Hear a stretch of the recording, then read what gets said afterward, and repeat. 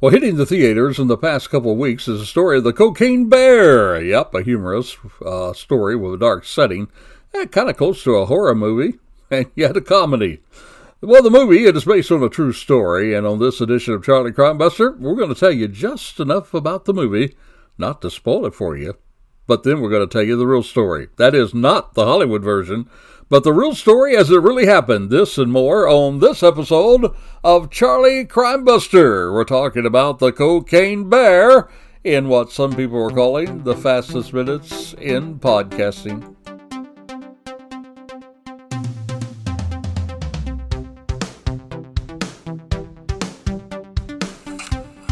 The views and opinions expressed in this podcast are those solely of individuals interviewed and participating in this show and do not represent those of Peacemaker Network and Charlie Crimebuster. All individuals described or mentioned in the podcast should be considered innocent until found guilty in a court of law. This podcast contains subject matter such as violence and graphic descriptions which may not be suitable for all audiences. Listener discretion is advised.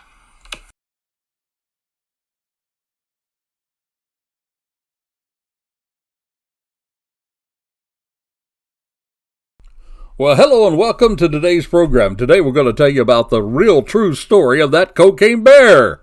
And while the movie was most entertaining, well, the real story, my friend, is stranger, in fact, than that.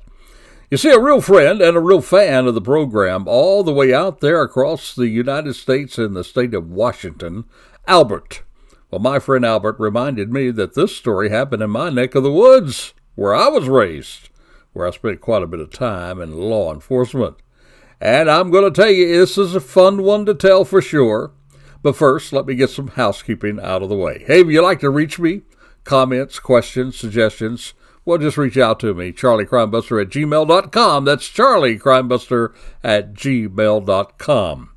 And if you'd like to support the program, as many do, we always welcome that. You can do that by going to peacemakernetwork.com. peacemakernetwork.com. There you can become a part of the program, supporting it. Not only the program, but you also help us in supporting the cops, the first responders, and the military. Those folks, you know, that are always running into danger instead of away from danger. And for as little as $3 a month, you can become a badge, BADGE supporter. We welcome you to support the program. And if you'd like to get caught up on the Charlie episodes, we have hundreds of them out there. We'd love for you to go to charliecrimebuster.com. You can go through all kind of true crime stories that we tell with a twist. And you just find what you like, click on it, and enjoy it. All right, our housekeeping then is over. Let's get right into it. The Cocaine Bear. Yep, it's a story of a big black bear swallowed a lot of cocaine. Went on a cocaine drug-induced spree. So here we got a big black bear, well, I'd say around 200 pounds or more, and he gets a hold of a large amount of cocaine. Then he goes on a rampage. Then, my friend, combine that with a rather unusual group of people that would include cops, criminals, of course, tourists, teenagers, and even dear old mom along with them. Take all those people, put them into the mountains of Georgia and Tennessee, and it is for sure a thriller mixed with horror. Hey, it was written by Elizabeth Banks, directed by Jimmy Warden. It was released by Universal Studios. Now reports are now saying that it made a ton of money right now through its release. It is based on a true story where a drug smuggler, well, he had to get rid of a bunch of cocaine quick from an airplane. Then he parachuted to his death. Now, this was released back about a month ago, February the 24th.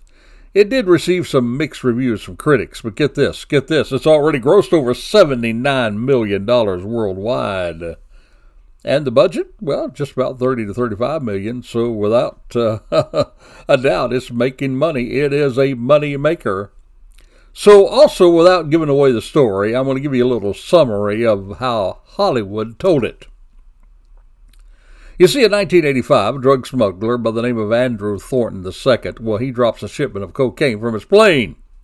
He attempts to parachute out with a drug-filled duffel bag, but in the movie, of course, he knocks himself unconscious on the doorframe.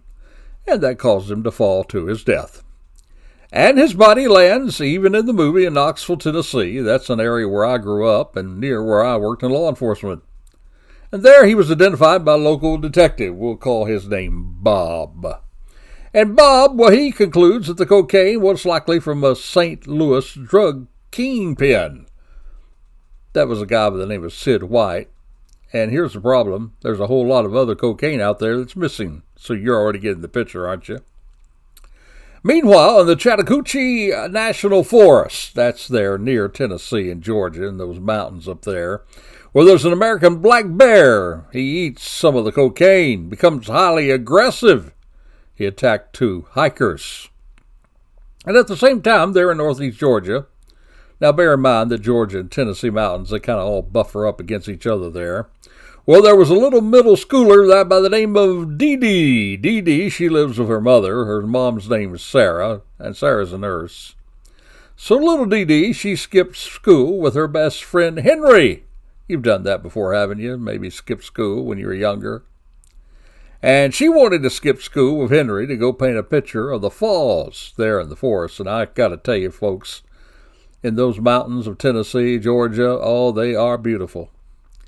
So they were on the trail to the falls. Well, then the kids, they run across a lost brick of cocaine. Yep. And you know how kids are, they like to try stuff. So they ingested just a little before they were attacked by that bear. Now, Sarah, the mom, she knows that suddenly her children are missing, or at least her little daughter's missing. And so she jumps into the forest and tries to find her. And she gets the help of a park ranger, Liz, and along with Liz's friend Peter, who was a wildlife activist. Now, I'm not going to tell you much more about the plot. Do not want to spoil that movie for you. However, I am going to tell you a little bit more about the movie. Now, on the website, Rotten Tomatoes was 68% of 285 critics. Well, 68% of those reviews are positive. That gives it an average rate of 6.1. And the website's consensus, well, it says this: despite cocaine bears and they said half-baked plot and even some of the uneven acting, well, the bear scene snorting frenzy, they gave it a B-. They did say that you'll get a contact high from attending it. Now, Metacritic, that uses a weighted average, well, they gave the film a score of 54 out of 100. Kind of mixed or average reviews. But what I like to hear about is the audiences. Yep, what do the audiences say? People like you and I who are not real professional critics. Well, there was a survey by Similar Score, and that gave the film an average B-. That's on a scale of A+ to F scale. And those that were polled by PostTrack, well, they give it an 80% positive score. Even 67% of them said, hey, I want to recommend it to other people. Now, I do not want to impact your movie enjoyment, but I will tell you today, I'm going to tell you the real story of the cocaine bear, how it really happened. You see, this is based on a true event, but there is a lot of freedom that the producer and those that wrote this movie took with the real story.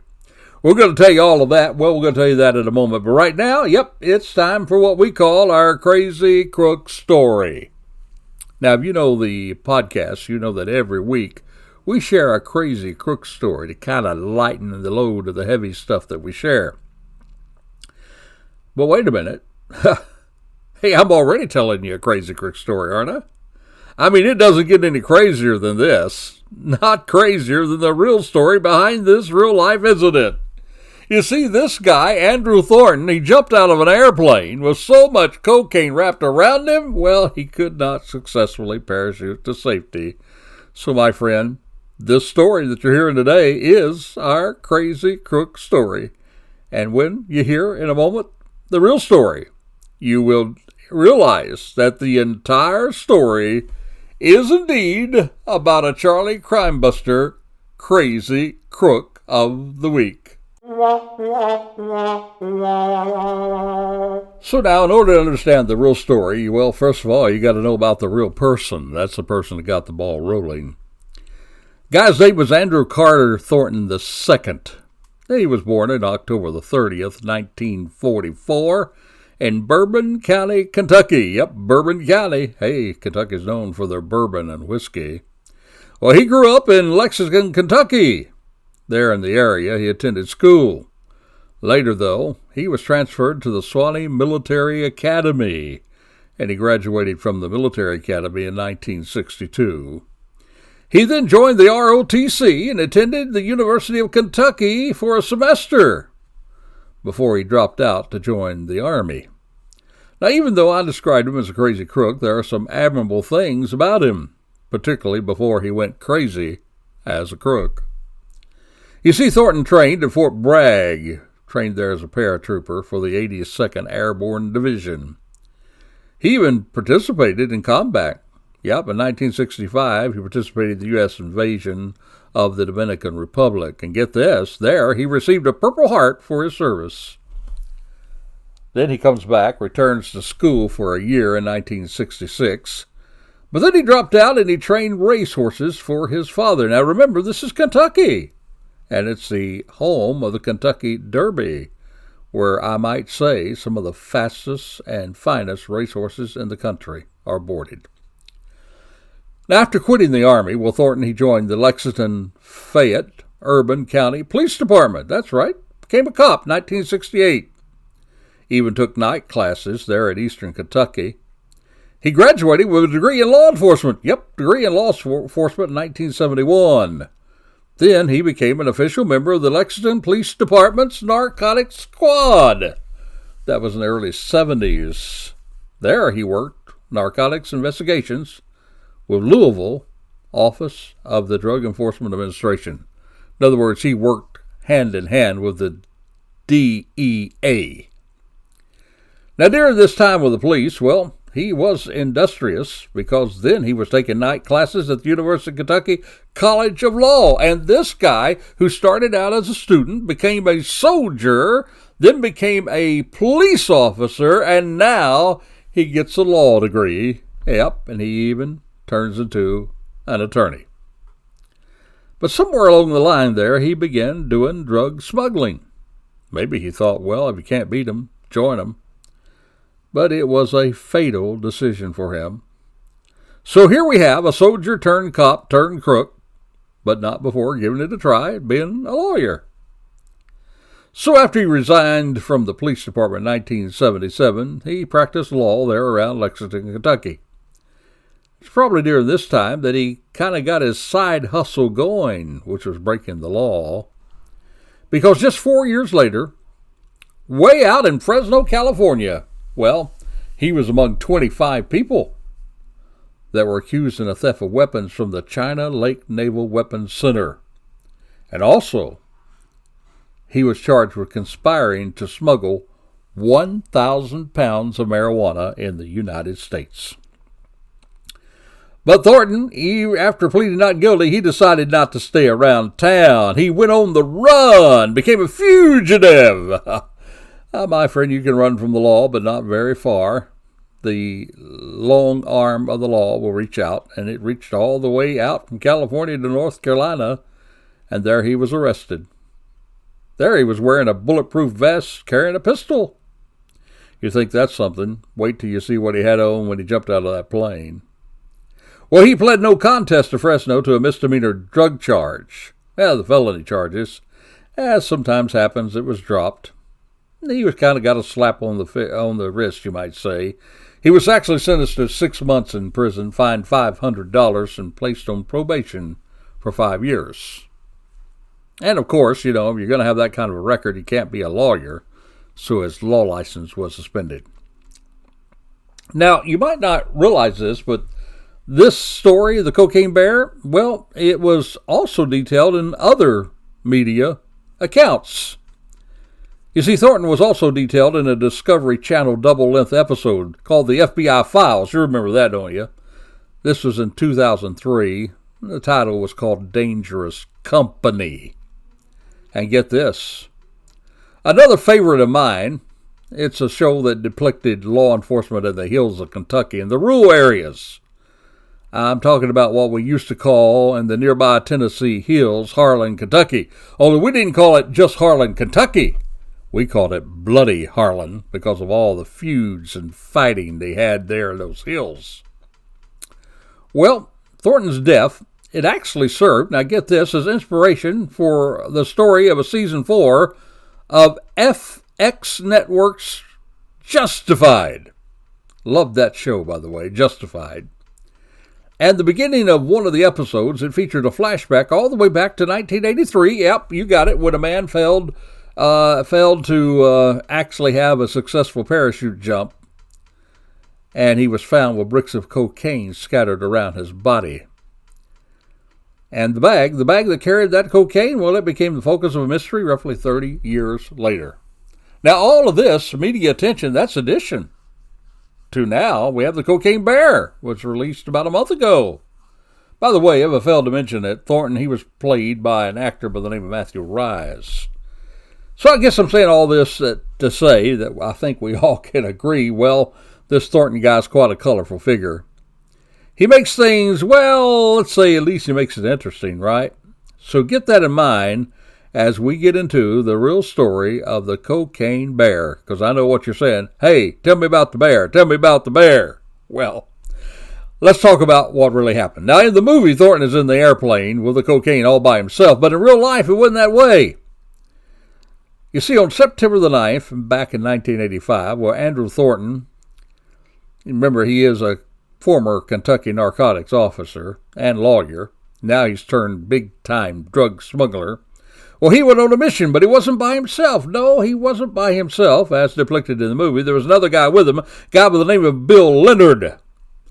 Now, Bill Leonard, he was Thornton's karate instructor. Guess if you're going to run with the bad guys, you got to protect yourself, right? But he wasn't only Thornton's instructor, he was also Thornton's bodyguard. And so they hopped on a Cessna 404, and they flew all the way to Colombia with plans to pick up 400 kilograms of cocaine, and then they were going to smuggle it into the United States. So now, if you really want to know the real story, and my friend, the real story is even crazier than the movie, you need to go back where Thornton's body landed. Yep, that's right, back to my old home area of Knoxville, Tennessee. And there you're going to find the real story. You see, back in 1990, there was an interview with the Knoxville News Sentinel managing editor. That editor is a guy by the name of Tom Chester. He interviewed Leonard, the guy that was with Thornton on this drug run, and now we can know the rest of the story, as Paul Harvey said. Now, Leonard said he knew that the Thornton had a shadowy reputation, but he insists that Thornton actually tricked him in mid-flight in the rain and darkness. You see, he thought he was going to the Bahamas, but he was with Thornton that day, and also, according to this guy, there was another guy there, Leonard said, a Colombian man that he didn't know, and then Thornton says to Leonard, he says, we're not going to the Bahamas. He said, when I looked at his face, it's kind of hard to explain. He was smiling, but he had this very intense look in his eyes. He was watching me very closely. So Leonard goes on to say, well, instead of going to the Bahamas, they landed in a swamp in Colombia. They were surrounded by men who all had machine guns. Now, all of us know you have to be careful what you eat and drink in another country, right? So he says that while he was there, he ate something that gave him food poisoning. Ended up to be, hold on to your hat. He didn't realize it, thought it was chicken, but he ended up eating a parrot. And he became deathly ill with food poisoning. And he said he was sick the whole time they were loading that plane up with kilos of cocaine. Now, those kilos, they were wrapped in yellow plastic, packed into burlap bags, stuffed inside duffel bags, and they were putting parachutes on these bags. Leonard said now, if he had said, hey, Bill, we're going to Colombia, smuggle 400 kilos of cocaine, we're going to bring it to America, I would have said, sure. And he said that would have been the end of it right there, but he said he was tricked. He said, there's no way in hell. I mean, anybody that knows me in Lexington knows there's no way I'd do anything like that. I was just a little nobody. Well, nobody or not, he's on that plane that's become infamous now. The pair then left Colombia. They were somewhere over Florida, and Leonard says that they then heard federal agents talking over the radio, that the federal agents were following the plane. Then they began to think about jumping out. Now Leonard, who had already been sick, he had opened the door, and he had kicked out 3 bags of the cocaine. Now Thornton, he didn't like that. Hey, you're getting rid of the cocaine in the wrong place. We're not supposed to put it out there. They began to argue. He said, looked like we were going to rip each other's throats out. But he said, then Thornton, he just started laughing. He said, I don't know what happened. Then I started laughing. And he said the next thing, he said, we're rolling in the plane, laughing, tears running out of our eyes. He said then his friend Thornton turned around and said, I'm really sorry for getting you involved in this. I know this is not your thing. You're a family man. Just do what I tell you, and I'm going to get you out of this mess. So, according to Leonard, Thornton then said to Leonard to cut loose the 3 duffel bags of cocaine from the parachute, dump them from the plane, and then he gave Leonard, well, get this, a big 4-minute lesson in skydiving. Yep, 4 minutes, that's all it took to get him ready, I guess. Thornton said Leonard said Thornton then tied the remaining duffel bag of cocaine to his body. That's right. Along with a nylon bag containing 2 pistols, night vision goggles, a survival knife, and about $4,500 in cash. Now, they prepared to jump out of the plane. The plane is now on autopilot. They were going to jump out as it flew over Knoxville, Tennessee. Said Leonard jumped first. His parachute opened. Thornton next. But no, his parachute didn't. Now, Leonard says that he landed pretty hard out near the Knoxville downtown Island Home Airport. You see, that's just kind of south of the Tennessee River. I guess it's about 2 or 3 miles from downtown, and I would say not very far from that big McGee-Tyson Knoxville main airport there. Now, Leonard said he did what Thornton told him to do. He walked to a grocery store, called a cab, and then he met Thornton's girlfriend at the Hyatt Hotel there in downtown Knoxville. Thornton said he would meet Leonard there and they could ride back to Kentucky. But, of course, Thornton never showed. We know that right now because, you see, Thornton, after he jumped out, he was DRT.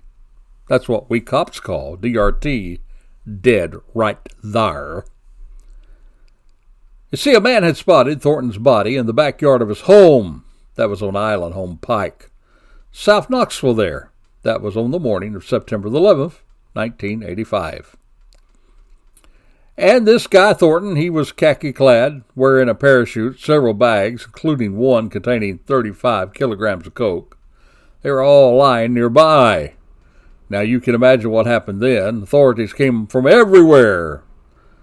They were trying to find out what was going on. It was chaos. That's what Chester wrote. Nobody believed it. A guy just doesn't fall out of the sky with cocaine tied to him. And how did he get here? Well, everybody was involved. DEA, Customs, Knoxville narcotics agents, Knox County Sheriff's Department, Knoxville Police, Kentucky Police, even the FAA. Everybody was crawling all over this cocaine parachutist. They were involved in that investigation even before lunch that day. By the afternoon, Thornton had already been identified, even though he was carrying several different identifications. And he also had, now get this, a key to an airplane. You see, a lot of people had a theory, but very few had the answers. I know you're already asking, but what about the bear? What about the bear? Well, hang on, we're going to get there. Investigators, well, they pieced the mystery together. Thornton, of course, a known smuggler, had a key in his pocket, and that matched the tail number on the wreckage of a plane, because that plane that was on autopilot, well, it crashed into the Bald Mountain in Clay County, North Carolina. That was after the 2 men jumped. Now, believing there to be more cocaine out there than the bag that Thornton had on him, well, authorities, they were going around everywhere, and they did find some. They found 220 pounds of powder hanging from a parachute up a tree in Fannin County, Georgia. They also found maps, clothes, food from Thornton's final flight, turned up 2 days later. So now, where did the bear come into the story? All right. You waited. I'm going to deliver. Here is the real story of the bear. Now, many different stories were hatched about the bear that got the cocaine. In fact, this bear even had a whole bunch of nicknames, and all the stories got wilder and wilder. But my favorite nickname of all for this bear, well, the bear became so famous that he got the name Pablo Escobar. Not Escobar, Pablo Escobar, the most notorious drug pusher of all. This bear was named after Pablo Escobar. All right, here's what really happened. More duffel bags of cocaine were found months later in Northern Virginia, but not before. Here it is. Old Pablo Escobar, the big black bear, stumbled upon the coke, and he ingested so much of it, he died. Now, we know that much has developed about the bear in folklore and storytelling, but reality at that time, well, that bear's sad, bizarre demise, well, it warranted exactly 3 sentences, only 3 sentences in the New York Times. New York Times said a 175-pound black bear apparently died of an overdose of cocaine after discovering a batch of the drug. That's what the GBI said today. That was in December the 23rd, 1985, New York Times. They went on to say the cocaine apparently dropped from a plane piloted by Andrew Thornton, convicted drug smuggler, died September 11th in Knoxville, because he was carrying too heavy of a load while parachuting. And the Bureau said, well, the bear was found Friday. Northern Georgia, now get this, around that bear, 40 open plastic containers with traces of cocaine. And, of course, there was an autopsy on the bear, found every problem you'd expect from a massive overdose. According to the Louisville Journal, he had cerebral hemorrhaging, respiratory failure, hypertension, stroke, heart failure. And now, 3 decades, 30 years afterward, well, there was a retailer from Kentucky for Kentucky. He wanted to find that bear. He reached out to the GBA, traced the animal's postmortem journey, found out that bear was taxidermized and was on display at the Chattahoochee River National Recreation Area in Georgia. That's where the bear was, but hold on, there's more to it. According to that journal, well, the bear was stolen. Somebody stole it, that's right. And it even resurfaced, according to legend, as a part of Waylon Jennings' private collection of preserved animals in Las Vegas. Sure, why not? Well, now, by the time Kentucky found the bear, well, it was serving as a decoration now in a traditional Chinese medicine shop in Reno, California.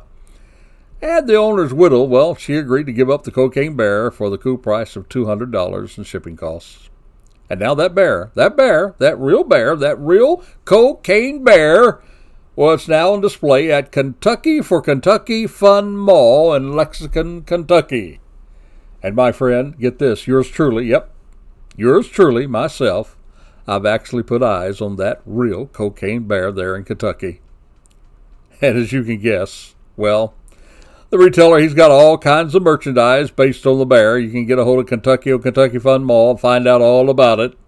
He has t-shirts, hats, hoodies, mugs, stickers, and get this. Oh, hang on. Even has snow globes, aptly called, blow globes. Oh, there you have it, my friend. The real story of the cocaine bear. Thank you for joining us. Hope you've enjoyed hearing this as much as I've enjoyed telling it. Hey, if you'd like to hear other Charlie episodes, go to charliecrimebuster.com. That's charliecrimebuster.com. If you want to support us, go to peacemakernetwork.com. You can support cops, first responders, military people, the real heroes. And if you want to shout out to me, well, give me a shout out. You can reach me, charliecrimebuster@gmail.com. charliecrimebuster@gmail.com. And so this is Charlie Crimebuster, who shared with you the real story of the real cocaine bear. And until next time, here's what I'm telling you. Be safe, be alert for the life you save. It may be your very own.